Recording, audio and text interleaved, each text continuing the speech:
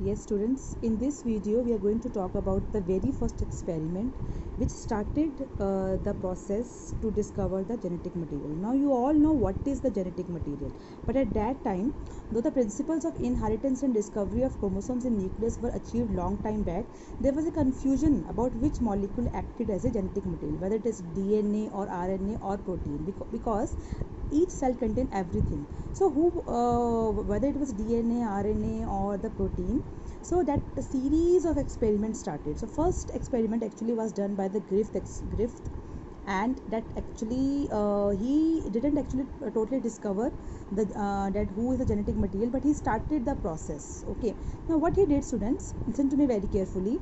He performed the experiments with a bacteria. What is the name of the bacteria? Streptococcus pneumoniae.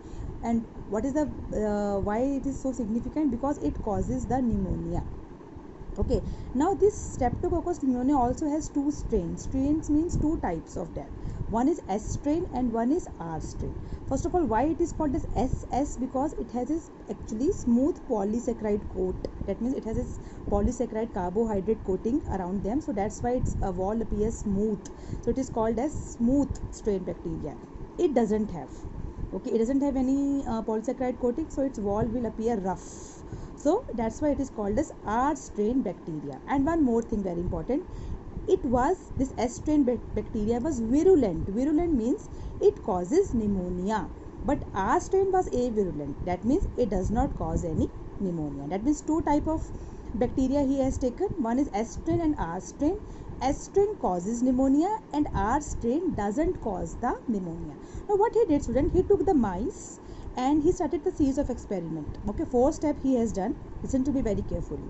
First of all, he took the S strain, living virulent strain means S strain, and he injected into the mice. Since it was causing the pneumonia, pneumonia is a death leading disease, so what happened? Mice dies. Then he took this R strain bacteria, living avirulent strain. Okay, avirulent means which doesn't cause any pneumonia. He injected into the mice, and what he sees, mice lives. Then what he thought, he actually took this S strain bacteria in a test tube and heated it so that its virulent capacity, the thing which is causing the pneumonia, it can die. So he heat killed that virulent strain. Okay, that means he took it in the test tube, heated it, and after some time he inject that particular heat killed virulent strain S strain into the mice, and mice lives.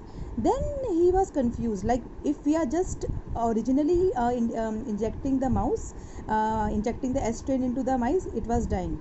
If we are killing it, mice lives. Then one more experiment he did. He actually took this R strain, that is the living avirulent strain, plus this heat killed virulent strain. That means he mixes. Okay, and he injected into the mice, and mice dies.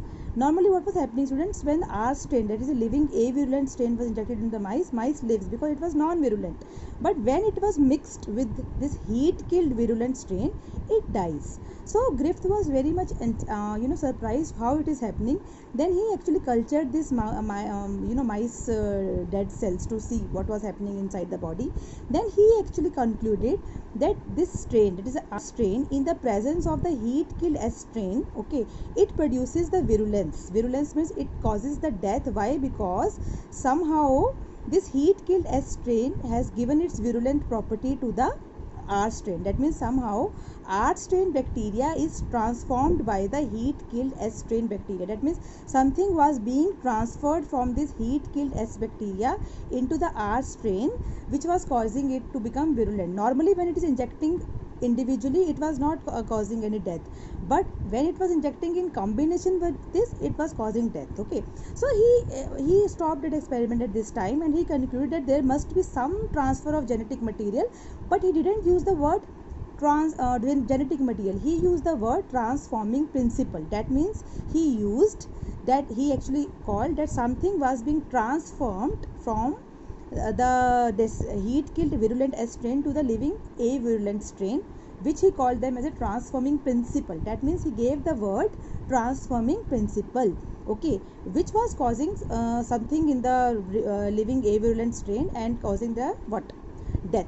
Okay, but At that time he stopped because there was no resources for them, for him to conclude whether it was DNA or RNA or protein. But he concluded the experiment in that part which says that something was transformed, that means transformation has occurred. Okay, and there must be some transfer of genetic material. Okay, then in the second part of the video I will tell you who actually discovered the biochemical nature of the transforming principle. Okay, that I will be telling you in the next video.